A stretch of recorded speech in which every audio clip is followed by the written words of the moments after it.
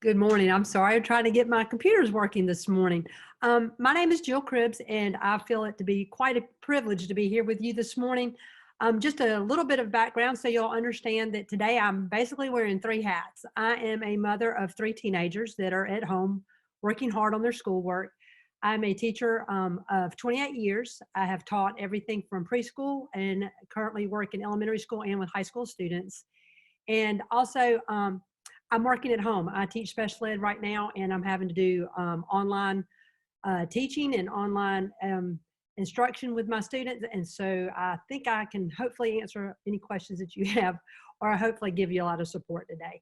I'd like to start out by explaining and supporting what Mandy has said and what Dr. Bales has said. We are definitely not homeschool teachers. I didn't sign on to be a homeschool teacher. I teach in a building every day, but you are working parents and you're supporting your children with what we like to call emergency distance learning. And again, as Dr. Bale said, this is a first time for everyone. There is no right way to do this. There is a right attitude to have, and hopefully we can find ways to support each other with that.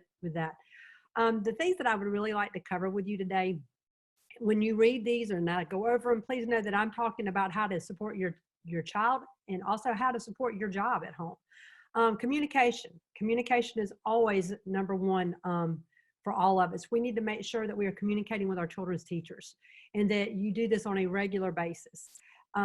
Make sure you have a clear understanding of what your child needs to do. It will help eliminate a lot of stress. Many of the parents that I've spoken to kind of misunderstand what the teacher wants, or they're reading too much into it and they're making it a lot harder than it really is.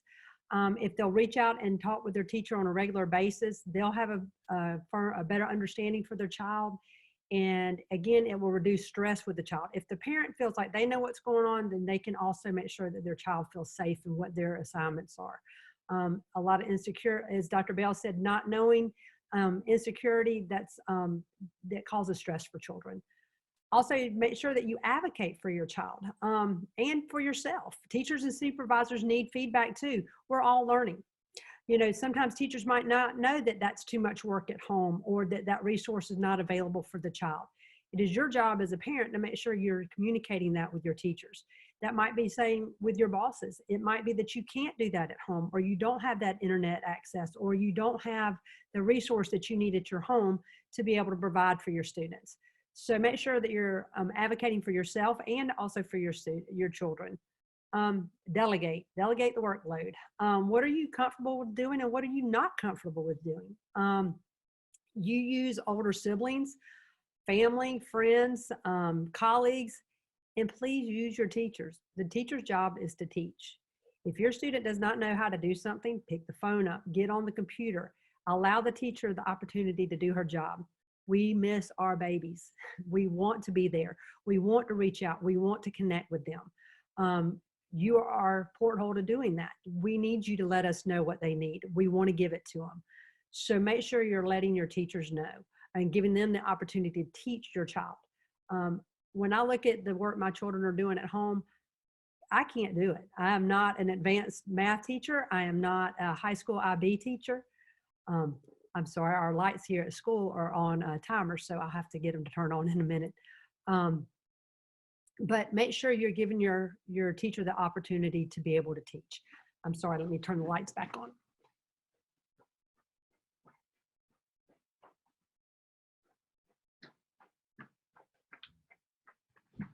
I apologize, we're on a timer. Again, use older siblings or your friends' opportunities also. Next slide, please. One of the biggest things, as Dr. Bales was saying, was setting routine. I also like to look at it as setting boundaries. We all need boundaries. And when we're at home all day long, we lose a lot of those boundaries. Boundaries for us can be physical boundaries. Like when I come into work, I turn on my teacher mode. When I go home, I turn on my mommy mode. And without having that routine and those boundaries, it's hard to remember when does mommy hat go on and when does the teacher hat go on and when can I swap roles. All of them are kind of mushed all together. And that's part of the struggle, I believe, for most of us working at home. So make sure that routine and structure, as Dr. Bell said, are definitely security for all of us. You need to have a beginning and an end of your school and your work day. Those hours might be different. They might be from 10 to 2. They might be from 11 to 1 or 11 to 5. But make sure you allow yourself those boundaries. When that time's there, put up your work, put up the schoolwork, and be at home. Just so that you make you feel better. I know it's hard to get into new routines, but you need to understand that, as teachers, as veteran teachers, we spend a great deal of time teaching routines and structure and schedules to students. We spend a good part of the first part of the year.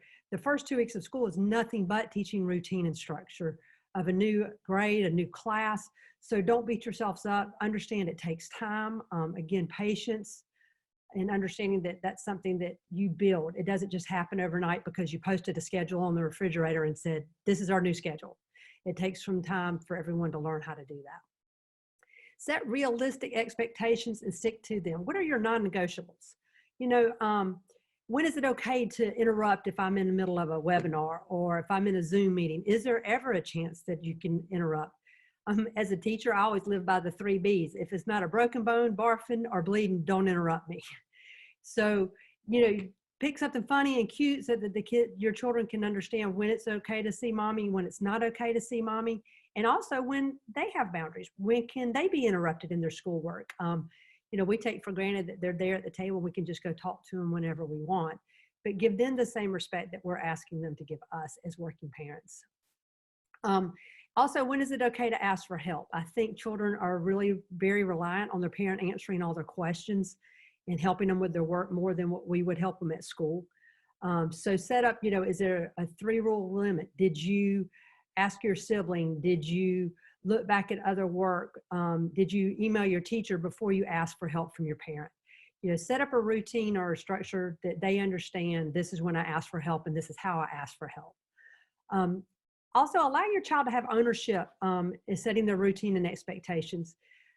In all of my experience, I always felt like when the children have buy-in and they have ownership to what my routines or my classroom rules are, they understand why we're doing, having those rules or having that routine, then they have ownership to it and they find that it's much easier to follow and to comply with whatever we've been asking. Also have a designated work area for you and your child. This is when I'm working, I'm at this spot, and when I'm away from that spot, I'm not working. Again, it's setting your boundaries, physical and emotional boundaries with your routine and your structure. Next slide, please. Helpful tips. Visual schedules are fantastic for younger children. Being able to I know as an adult, I love a checklist and I like to be able to check off, oh, I finished that. I have a sense of accomplishment. Your children have that too. Having a visual schedule where they can either check it off or they can move the picture over to a completed section gives them a sense of completion and achievement, that they can see that they've gotten their work done. Be realistic about your work sessions. Average attention span for children is their age times 2 to 5. For example, if a child's 10 years old, their attention span is about 20 to 50 minutes. As a teacher, guys, we don't sit in a desk and sit there and work for an hour at a time, 2 hours at a time. We're up moving. We're going to the bathroom. We're changing activities. We're going to a different classroom. There is a lot of movement at school. And we have not been moving as much as at home. And trust me, my step counter tells me all the time I need to get up and move. So allow your child to have realistic expectations about how long you think they should sit and work. Make sure that they're having many breaks where they're moving. Make sure their work is in manageable chunks.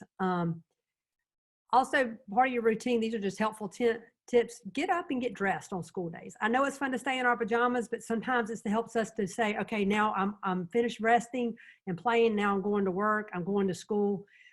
Put on regular clothes, get out of your pajamas, get part of your routine going for the day. Another helpful tip with young children, there are lights that we get a lot of times to put in our closet, and they're the little dome lights, and you push them and they turn on. A lot of your teachers use those as when that light's on, your child cannot interrupt them because they're doing work with another student.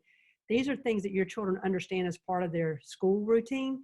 So if you have times that you don't need to be interrupted, if you're on a Zoom or you're in a meeting and you don't need to be interrupted, having a sign or a visual like that for your child so they can remind them that they can't just run up to you and talk to you whenever is definitely something that they're used to using, and it would be beneficial, I think, for both. And the last two things, exactly as Dr. Bales said, have emotional feeling check-in with your child throughout the day. All feelings are okay and normal. They need to be heard and validated. And for us grown-ups too. It's not always good days. There's a lot of bad days and a lot of good days, but make sure we're being realistic and checking in and validating our feelings. And please realize the wheels can and will fall off. They fall off on us too, but have the courage to keep trying and it will get easier. And I hope that if you have any questions that y'all make sure you're reaching out to your teachers and the people that want to help. Thank you for having me.